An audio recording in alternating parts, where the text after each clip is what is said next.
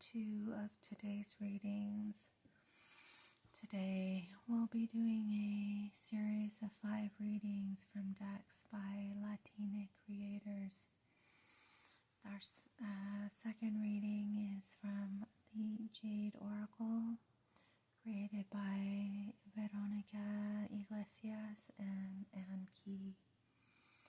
Let us begin, as always, by shuffling the deck, and we will invite Spirit to come join us and share some messages with us for our greatest good.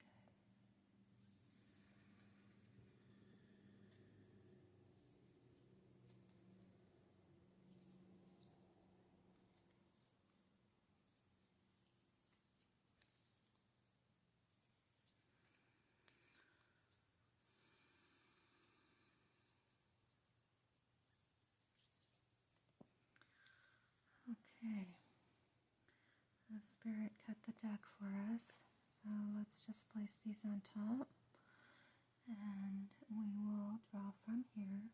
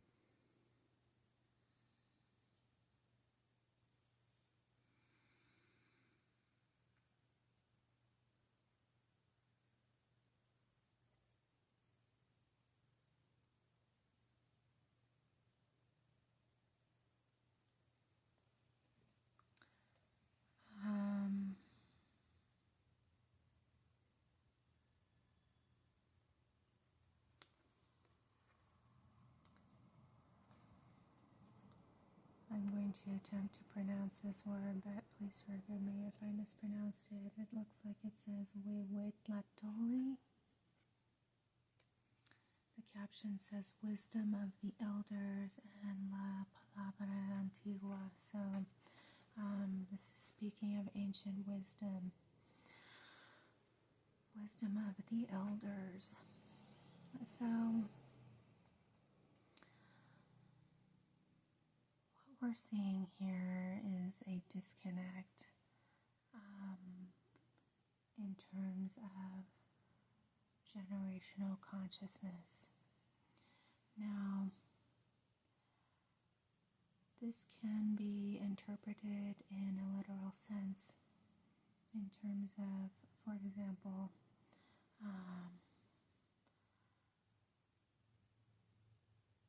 a child who is not connected with their the elders in their community. In the Spanish language, there's an idiom that says,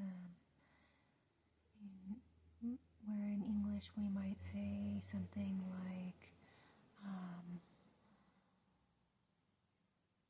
the lights are on but no one's home, or the elevator doesn't go all the way to the top. These are idiomatic expressions, the Spanish equivalent of which would be, he doesn't know his grandparents. So, ancient wisdom is important, and it's not just about literally knowing our grandparents, it's also about an understanding of history and how certain spiritual currents have shaped where we are today. This message is reiterated in the next card, which it looks like it says Huehueteotl, the Ancient One, el Viejo Guardian, the Ancient Guardian. So this was also in the reverse. And I this card brings in the concept of protection. So this ancient wisdom is a form of protection for us, so that we are not condemning ourselves to repeat history's mistakes. Now,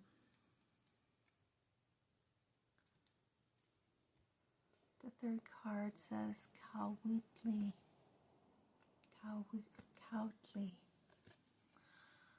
And the caption says Eagle, Aguila. So, we talked before about the symbolism of the eagle being connected to the mind. Now, this card is in the reverse. And so,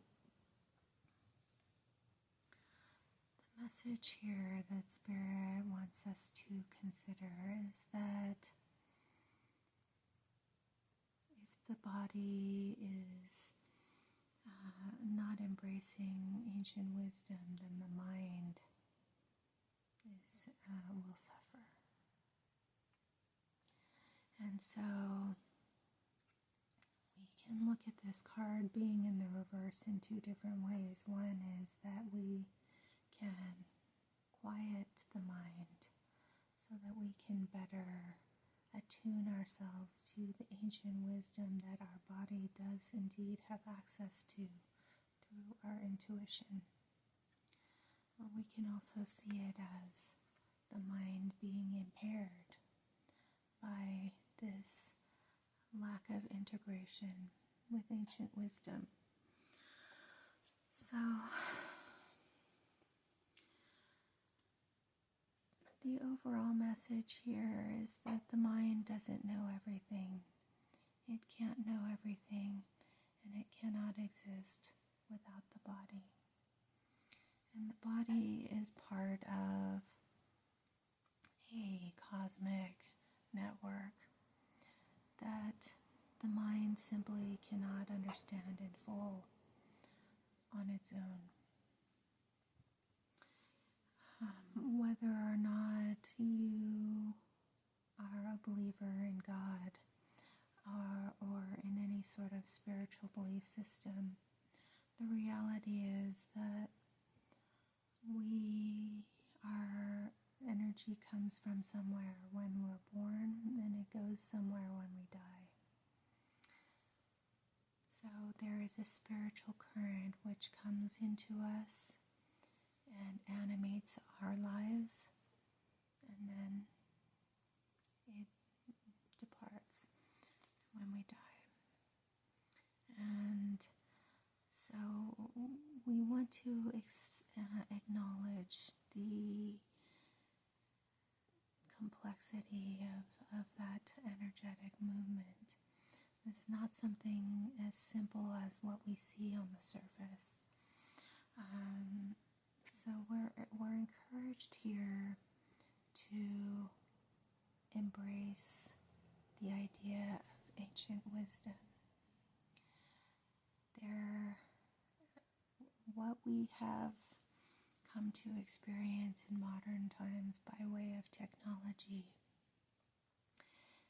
has consumed a lot of our attention, to the extent that many of us have forgotten the values of ancient wisdom and have lost touch with the sacrifices that our ancestors have made so that we could arrive now at a point in our lives where a life of abundance is actually possible for us.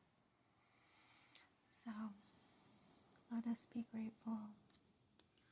Let us embrace the ancient wisdom through an honoring of our bodies and allowing our minds to have some quiet time so that our bodies can also have a voice. And that concludes part 2 of today's readings. Thank you for joining us, and I will see you in part 3.